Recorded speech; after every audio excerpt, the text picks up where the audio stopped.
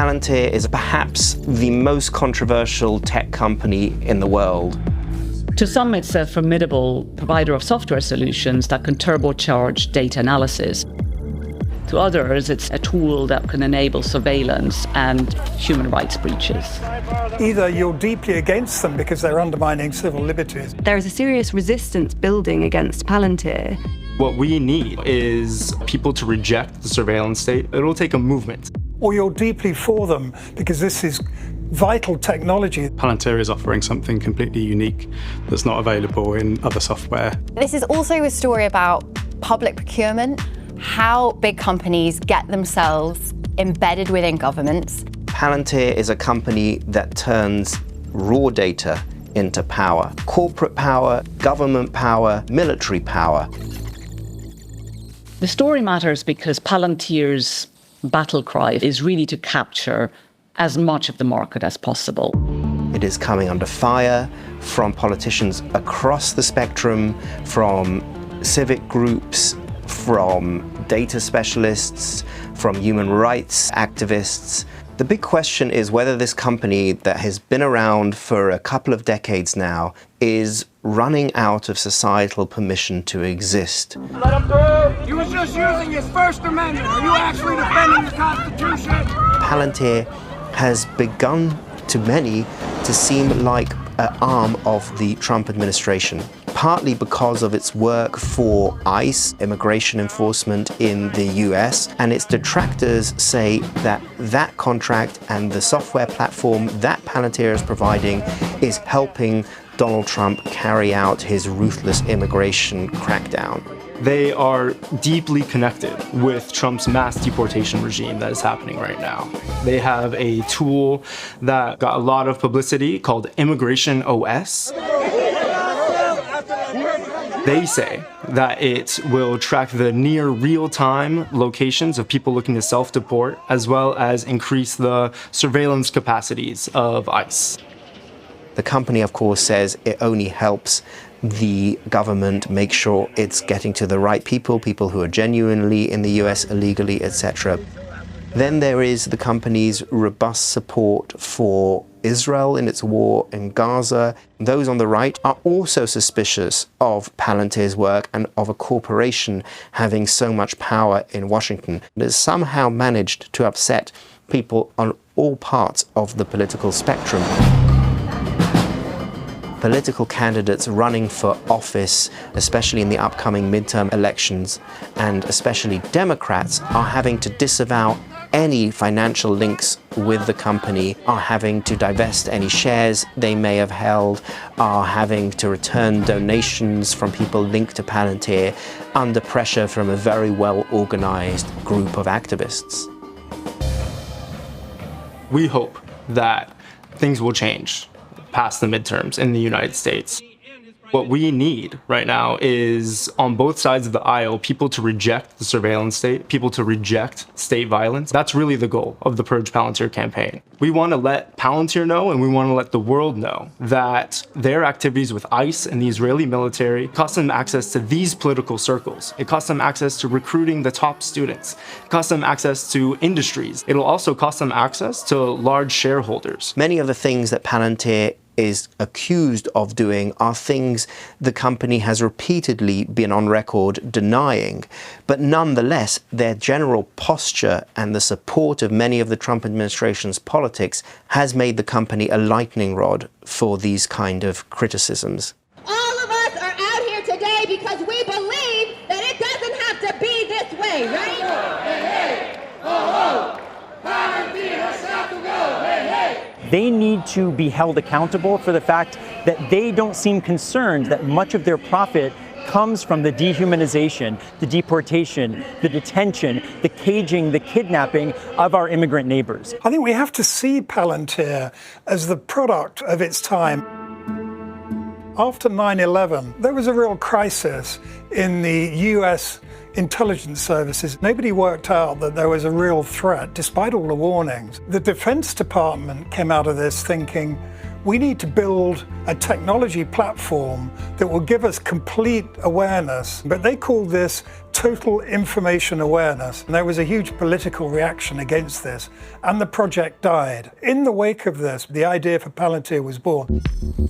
Palantir, as a private sector company, tried to do what the US government couldn't do, connect all the information that could prevent future terrorism. Palantir is simply a software company. It's a provider of different software solutions that pipe data together that allow their clients to conduct data analysis in order to gain greater insights. It's plumbing, but that is an incredibly powerful idea. And that's still almost unique in being able to do this in very large organizations.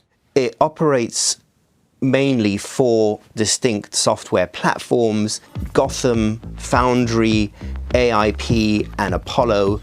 They started out with Gotham, which is a platform for combining different data feeds. They did this for the Pentagon and the CIA. It's used by the Pentagon to power something called Project Maven.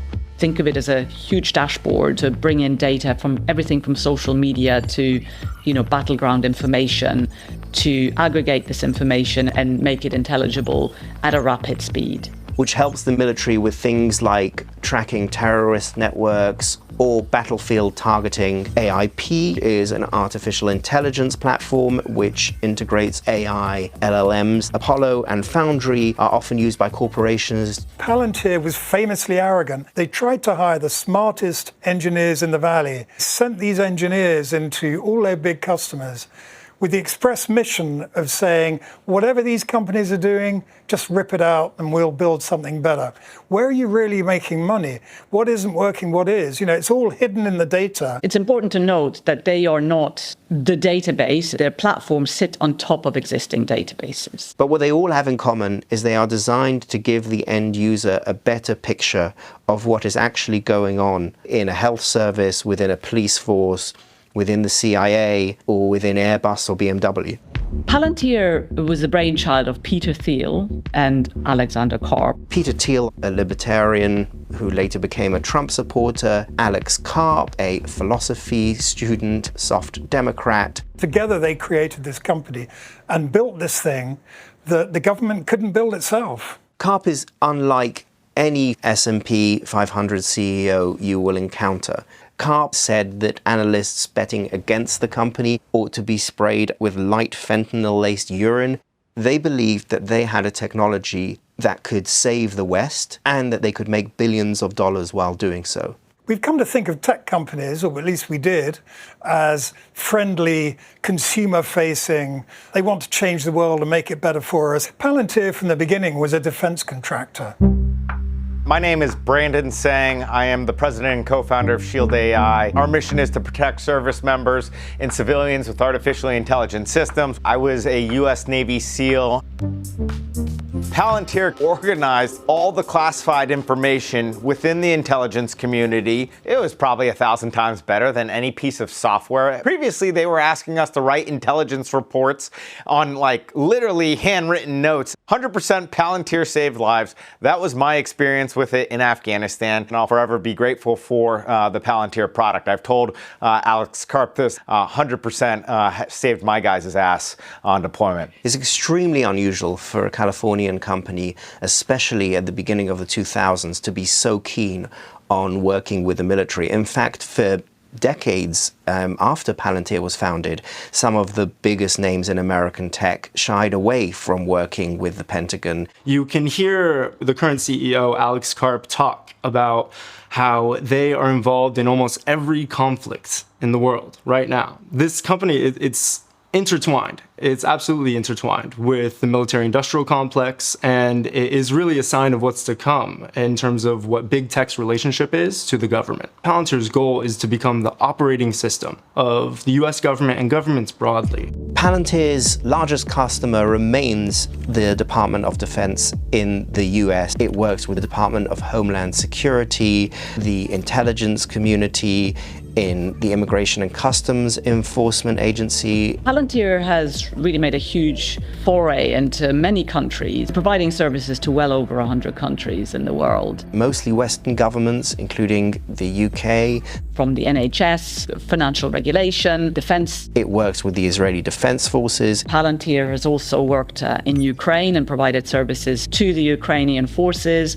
It works with Japan, it works with Taiwan. And then it has a growing commercial business, Airbus, BP. Axel Springer, the media company, Merck, the pharmaceutical company. Citigroup, JP Morgan Chase, Saudi Aramco, a host of other household names. Palantir issued on its X feed what a lot of people have referred to as a manifesto. A manifesto for Palantir and also for America. And some of the points in this manifesto are really striking. Silicon Valley owes a moral debt to the United States. It says it has an affirmative obligation to participate in the defense of the nation. The company has picked a side in a way that other companies just don't do. When his manifesto says, forget soft power, let's just think about hard power. Software is taking over from nuclear weapons as the very heart of defense. You're hearing this kind of realpolitik that he's been preaching. There should be national service for Americans. The post-war neutering of Germany and Japan needs to be undone, and those countries need to be rearmed. Silicon Valley should play a role in addressing violent crime. The idea that someone in this position with this powerful technology and these big government contracts takes such strong positions on social issues and political issues is deeply unnerving to a lot of people. This manifesto really just shows what this company's ideology has been. Donald Trump is right. It's time to end the era of stupid wars and rebuild our country. Ever since Peter Thiel stood up and backed Donald Trump 10 years ago, Palantir has put itself right in the political firing line. Some even inside the company say that Palantir has made itself into a perfect villain. It's thrived on its notoriety for so many years. Peter Thiel relishes this kind of controversy. He likes to antagonize. He likes to stir up the other side. It's always been part of his thing. He uses it very successfully. He trolls his enemies. This is all good for business. This is all good for the share price. Palantir is one of the big winners of the Trump age. It's been worth as much as $400 billion in recent years. Palantir has been perhaps the best stock market performer in the American corporate landscape. At one point, it was up 2,000% on its IPO price. The share price has dropped a little bit this year, mostly on Wall Street's concerns that the AI age is creating new competitors, but nonetheless, it is a stonking corporate success story. We're positive on Palantir because we think they're one of the few companies directly benefiting from this massive explosion in AI spending. A year ago, we thought this was a business going to be growing about 30%. This most recent quarter, they grew over 80%. We think that that has room to move higher, potentially over 100%. Year and a half ago, this stock appeared to be trading at about 80 times, 90 times forward revenue, which is sort of absurd. But then when we've realized maybe those revenue estimates are 50% too low, and by the way, their cash flow margins are 20 points higher, right? So all of a sudden, you're saying, okay, here's a business that could potentially be growing over 100% and actually trading at, a rich valuation, maybe 70 times, 75 times free cash flow. But if that's doubling every year, that quickly becomes 35 times the following year. They got to demonstrate that growth is sustainable. Now, Palantir itself doesn't build AI, it doesn't develop large language models, but they are in this great position to collect the data that companies need to feed into the AI systems to make sense of. Is this one of the great AI names and stories of the future? Or are there going to be other ones that overtake it? There's a long way to go. They've got a nice start, but I think where they fit into the AI world isn't clear yet. Palantir has built up a formidable network on both sides of the Atlantic, creating what some people call a revolving door. a revolving door between the company and the corridors of power in Washington and Westminster. Former government officials have ended up being some of the key recruits to Palantir in recent years. Gregory Barbaccia, who became the chief information officer. Doge under Elon Musk hired many Palantir alumni. Jacob Hellberg, he became Undersecretary of State for Economic Growth, Energy and Environment. Mike Gallagher, a Republican former congressman, and they hired him to help identify contract opportunities. They've used former MI6 chief Sir John Soares to broker introductions to the UK government. Palantir used Global Counsel, the lobbying company co-founded by Peter Mandelson. They have built up this amazing network of people, both who have links into power and who understand how data and procurement in government works. They're simply buying in influential people who formerly worked in government places they want to get into. That is unacceptable. That has to stop. The UK has welcomed Palantir with open arms. In fact, after the US, its biggest government client. Palantir has won a number of contracts with the UK government, offering it deals with the Financial Conduct Authority, the Ministry of Defence, and even the police services. But the one contract that's provoked the most controversy is the one it secured with the NHS.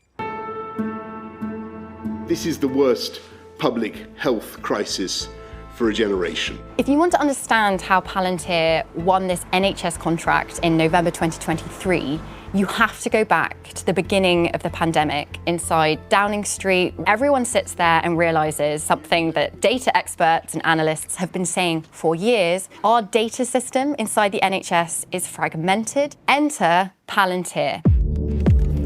Ministers, officials in the NHS get really, really interested in this company and what it is able to do. They were actually offering their services for free, but because of contracting rules, they offered it for £1. And that was to manage what was called the COVID-19 data store. And from all accounts, it was a really good system, and it really did help in the early days of the pandemic, helping organise PPE data, vaccination data. Under the cover of the pandemic and during the relaxation of the procurement rules and a very intense lobbying campaign, they got the first contract in the NHS. This is a private security company who specialise in surveillance and intelligence. No history in healthcare whatsoever. Months after the £1 contract, Palantir won another one worth £23 million, which critics argue enabled them to go and work in hospitals all around England, where they were helping to set up the tools that would eventually form part of their case for developing the federated data platform. Essentially what it does is it collates NHS data on things like staffing levels, hospital bed capacity, waiting lists all over the country. Palantir did indeed win this £330 million contract to develop the FDP. NHS data really is pretty much unique in the world. People's health from birth to death of a whole population level. This is a hugely valuable data set. The manner in which Palantir arrived on the scene and in the NHS has continued to create suspicion with MPs who are concerned about the data security, who are concerned about privacy issues. I don't know how the bidding process worked. That is not open to scrutiny. It's funny, very little with Palantir is open to scrutiny. They had a head start to actually then be inside and to talk to the right people for the bid for the federated data platform. Palantir was represented by the lobbying firm Global Counsel, which is now defunct because it was co-founded by Peter Mandelson, and it all fell apart following the revelations over the former ambassador to the United States. And questions continue to be asked over the role that Mandelson played in setting up Palantir with really senior government officials. If you look at when Keir Starmer first came into office, his first visit to the US, he went to the White House, and then he went to Palantir HQ. That meeting, we have no idea what was discussed, and there are no minutes. Transparency is absolutely essential, as well as understanding who is connected where, because yes, you want the contract to be awarded to the best company to do the job in the interests of the customer, and you can't know that if it's tied up in backroom decisions between old boys who know each other. I'm Tom Bartlett. Up until March 26, I led the NHS England team that built the Federated Data Platform. I'm speaking up now because I feel the debate has become detached from technical reality. Working with Palantir was a very positive experience. They were high-calibre individuals. NHS England has been producing figures for the Federated Data Platform. There's 110,000 extra operations delivered. FT's looked really closely at some of the data claims that NHS England has been making when it comes to the FDP. And when you break it down, what you actually see is that a number of these performance gains are concentrated in a very small number of hospital trusts. And a third of the hospital trusts using the FDP are delivering fewer operations since going live on the platform. And in recent weeks, NHS England itself has actually conceded that it's hard to prove the cause and effect between FTP technology and improved outcomes in hospitals because there's so many other variables happening at the same time. Palantir was the only company that was trialling the Federated Data Platform with selected trusts while the procurement process was going on. So I would say that wasn't a very fair procurement process. The procurement of FDP happened in 2023, and it was very strictly followed by professionals within NHS. They weren't doing anybody any favours. The only technology that could solve the problem was Palantir, and that's why they were chosen. If we don't want people with ethical questions around them providing into our service, build in a procurement gateway. There is a really important moment here when we have lots of British companies who could be providing these services, I would say with much better value for money, that instill much more public trust. Palantir had 20 years. It's in Silicon Valley to develop this. They're years and years ahead of everybody else. There's no credible alternative right now. I've done this interview in this way because it would be career-ending to criticise policy in this area. I don't think the Federated Data Platform is good value for the taxpayer, and that's why I'm sat here. A number of people come into work very concerned about having to work on software provided by a company they have a fundamental disagreement with. There was this huge pressure, which I'd never seen before, to fall into line. I've heard from a number of people that they have been told they would lose their job if they criticise this programme. Lots of the trusts have been refusing to use it, and lots of doctors are very bravely speaking out and being forced to pivot to a Palantir system that is a subscription service that will benefit them for the time that they use it and provides no long-lasting infrastructure for the NHS is not a good decision for them, and it's not a good decision for their patients. The Federation of Data is a good idea. It's a waste of money to have spent it the way we have done. There's a lot of technology that already exists and is already provided by a huge range of companies that don't have the toxicity of Palantir associated with them. There's nothing particularly clever about this that needs one huge American company to do it. The original contract was for £330 million. The true cost is likely to be closer to £1 billion. You do have the government looking at how you could break this contract early. There has been, in the last few months, serious pressure on ministers to consider triggering that break clause by MPs, by hundreds of thousands of people across the UK, by doctors, by the British Medical Association. There is a serious resistance building against Palantir. Given what Palantir is setting out in terms of its mission, I find it really hard to see how we can maintain that at the heart of British critical infrastructure when it is so manifestly set on protecting American interests and American Western civilization as it understands it. If we triggered the break clause, you'd have to pull the system and replace it with manual workarounds until you could find a replacement to migrate it to. You basically have to go back to all of the spreadsheets, the bits of paper, the whiteboards, the phone calls, and the NHS would go backwards, not forwards. I would love to see these campaigners and MPs put forward a credible plan. I've got no particular interest in Palantir at all. They just happen to be the company that can deliver this. The real concern around Palantir and its contract with the NHS is about trust. It's about who has access or not to patient data. A new admin role has been created by NHS England for a small number of Palantir staff, which an internal briefing note that we saw said and admits does give Palantir staff unlimited access to patient data. And this has really prompted some concerns about who sees what and when.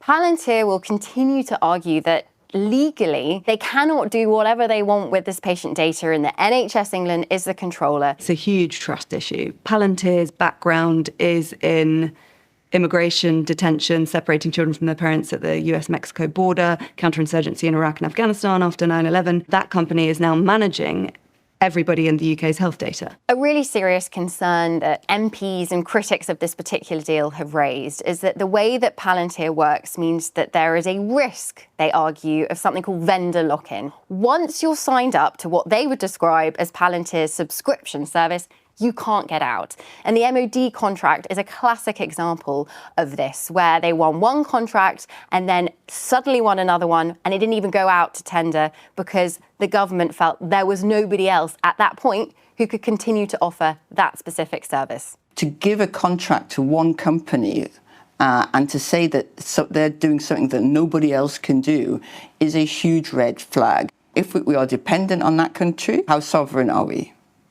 There is an argument around sovereignty of data in the UK. It's a shame that we've allowed ourselves to get into this position where we've got no real option other than to purchase from America. Unless there's a complete change in terms of our national policy, singling out this one particular company, and it seems to be the wrong thing to focus on. There's now an interesting, very live debate happening in the UK after London Mayor Sadiq Khan blocked the Metropolitan Police from awarding Palantir a £50 million contract. The reason they gave for this was that proper procurement rules hadn't been followed and there were questions of value for money. But a spokesman for the mayor also raised concerns that the procurement process should take into consideration the ethics of a company. They are getting into every part of the British state, or as much as they're allowed into. And so there's a real intention by a company that has a founder who is very Trump-aligned. Palantir's UK chief executive has also made the point: who decides what the values of London are? And is it dangerous to give politicians the right to decide what makes a company ethical or not based on the ideology of that company's founders? It's no accident that Palantir has prospered primarily in the years after the global financial crisis.